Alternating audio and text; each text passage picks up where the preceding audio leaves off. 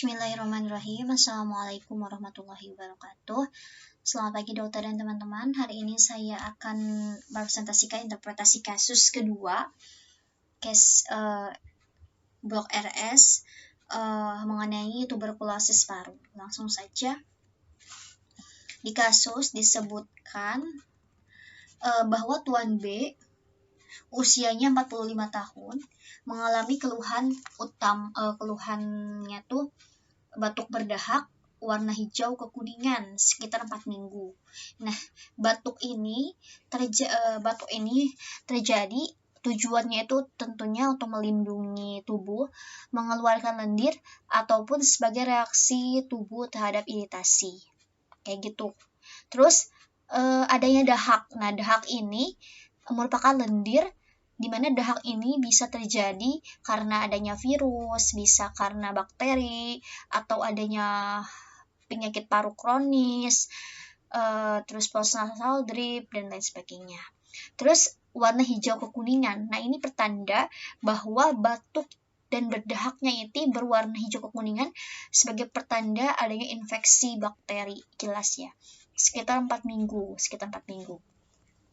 Terus dari riwayat penyakit sekarang, demamnya tidak tinggi. Nah, ini demam tidak tinggi, ini menunjukkan demam ini terjadi tujuannya untuk melawan infeksi, kemudian meningkatkan set point hipotalamus akibat mediator proinflamasi. Nah, di sini demamnya itu tidak tinggi, mungkin tidak terlalu tinggi. Terus cepat lelah dan lemah. Nah, kenapa sih bisa gampang lelah, lemah juga? Kemungkinan karena suplai oksigen yang berkurang, bisa karena infeksi, jadi aliran darahnya itu jadi terhambat, yang menyebabkan ketika oksigennya kurang, metabolisme juga dan kontraksi otot juga akan berkurang, yang menyebabkan ototnya akan mudah mengalami kelelahan karena metabolismenya lebih banyak ke metabolisme anaerob, sehingga ototnya tidak dapat berkontraksi, mudah lelah, dan juga cepat lelah karena memang kurang oksigen. Terus keringat malam. Nah, keringat malam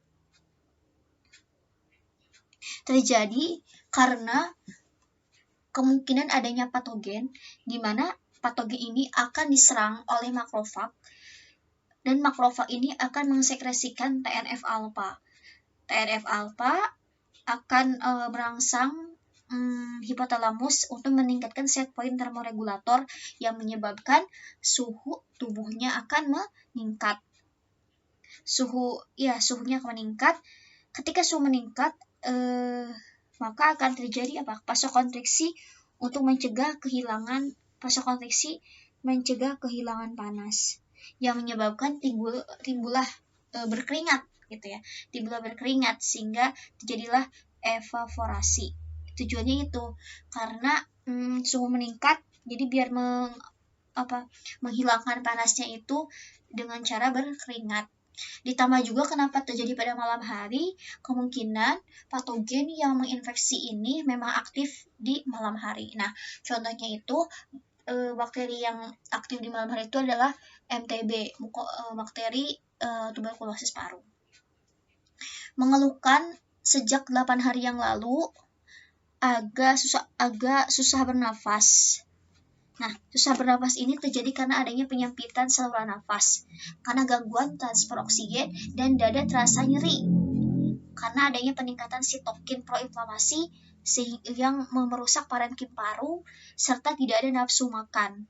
Nah, penurunan nafsu makan ini terjadi karena tadi ya, makrofag yang mensekresikan TNF-alpha. TNF-alpha ini dia akan mensekresikan leptin, peningkatan leptin. Leptin leptin ini efeknya itu akan menurunkan nafsu makan. Jadi meningkatkan kekenyangan gitu. Terus RPD-nya menyangkal pernah batuk berdarah, berarti tidak ada cedera vaskular saluran nafas.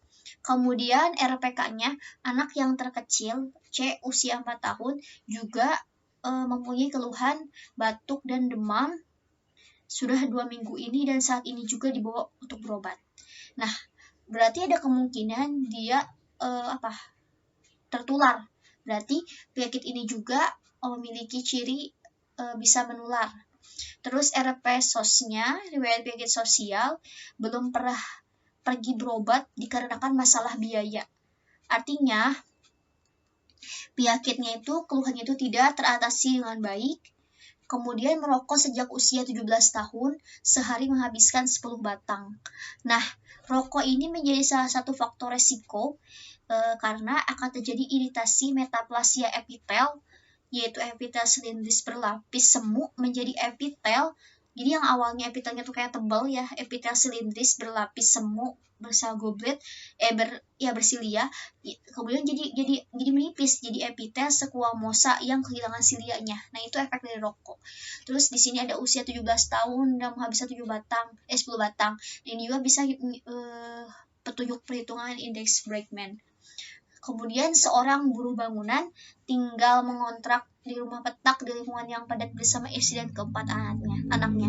Nah, ini juga menjadi salah satu faktor resiko karena sanitasi lingkungan yang buruk, di mana ketika sanitasinya kurang baik, patogen ini akan mudah untuk berkolonisasi, sehingga transmisi penularan akan meningkat. Kayak gitu, dan kurangnya sinar matahari juga kan. Nah, dari sana patogen-patogen juga bakalan mudah untuk infeksi. Nah, dari hasil anamnesis, maka timbullah beberapa dugaan penyakit atau hipotesis.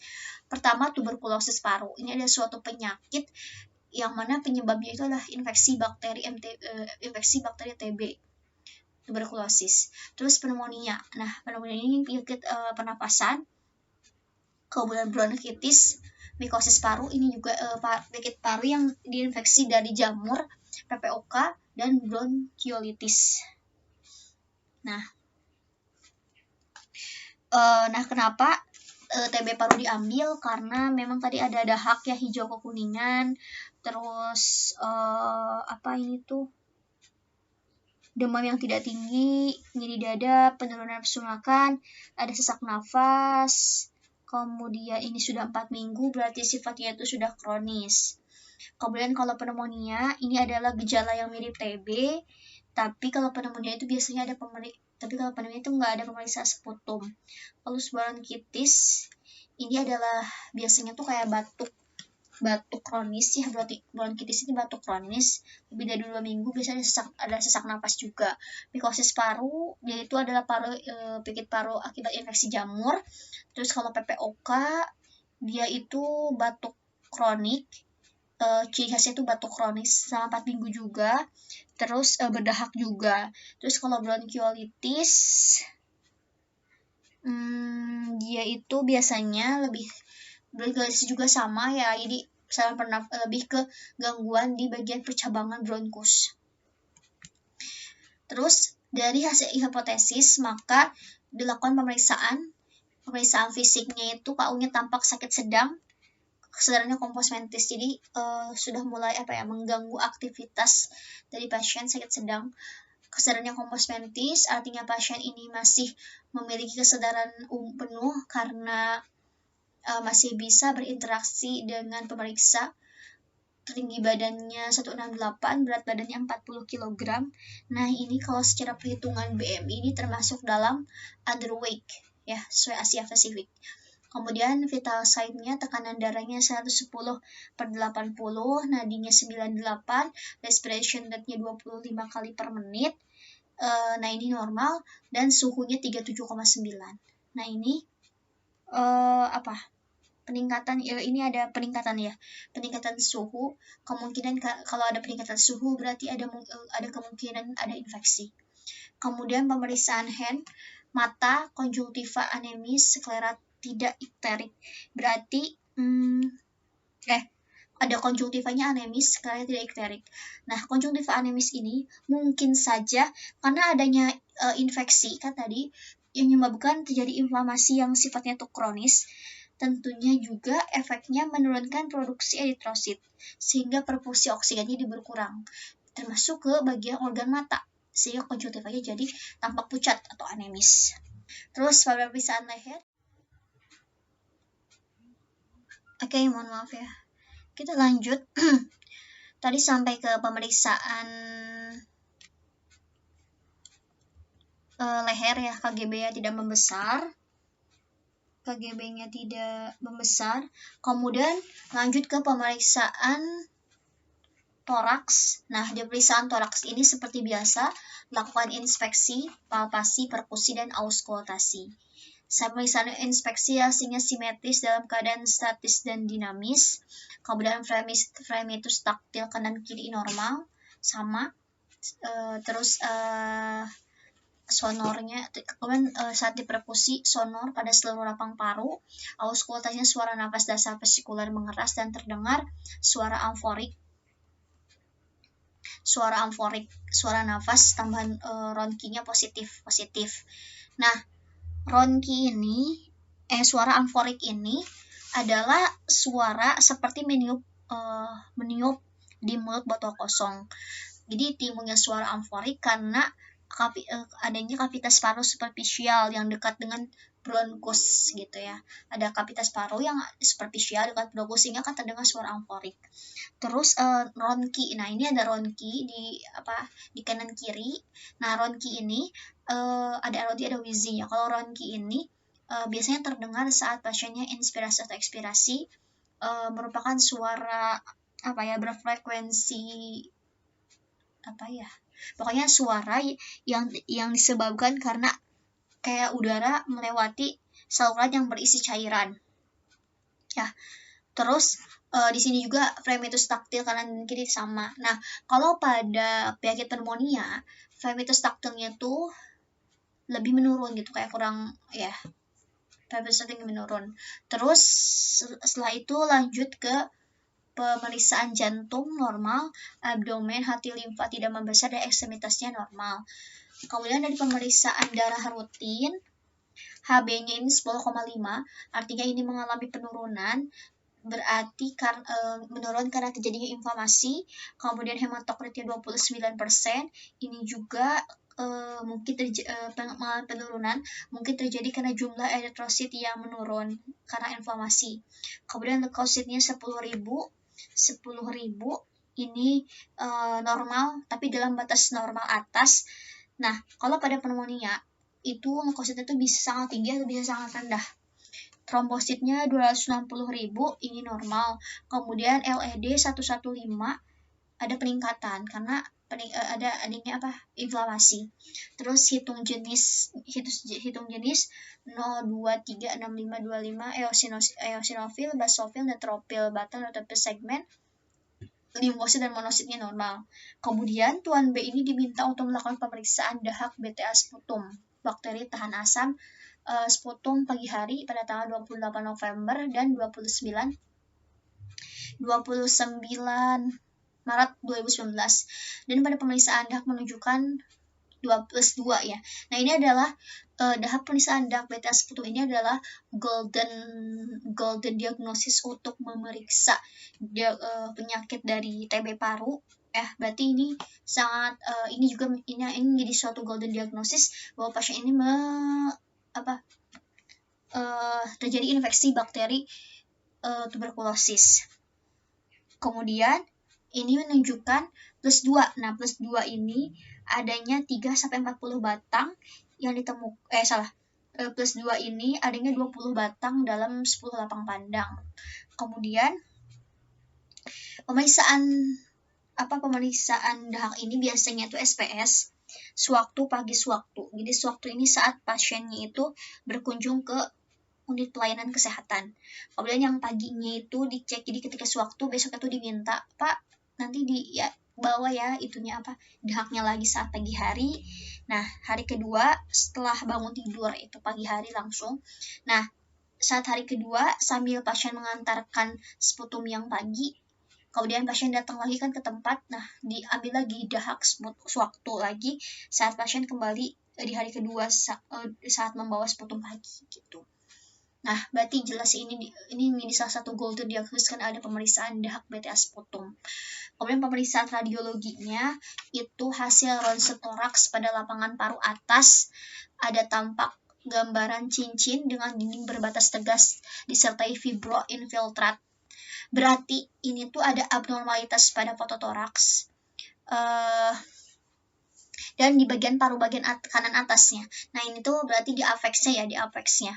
Nah kita tahu bahwa di bagian apeks paru ini biasanya itu tempat terjadi tekanan rata-rata oksigen yang lebih banyak, karena memang kan dekat dengan bronkus ya, dekat dengan percabangan. Nah itu tekanan rata-rata oksigennya lebih banyak. Artinya memang bakteri yang ada di apeks ini kalau menginfeksi itu banyak di sana, berarti bakteri aerob ya, karena memang bakteri yang butuh oksigen. Nah ketika ada gangguan di bagian kanan atas, berarti memang si bakteri ini predileksinya itu di bagian apeks paru. Gambaran abnormalnya itu adanya gambaran cincin dengan dinding berbatas tegas ya, yang disebut berarti ada infiltrat dan kavitas. Nah fibroinfiltrat ini jadi yang namanya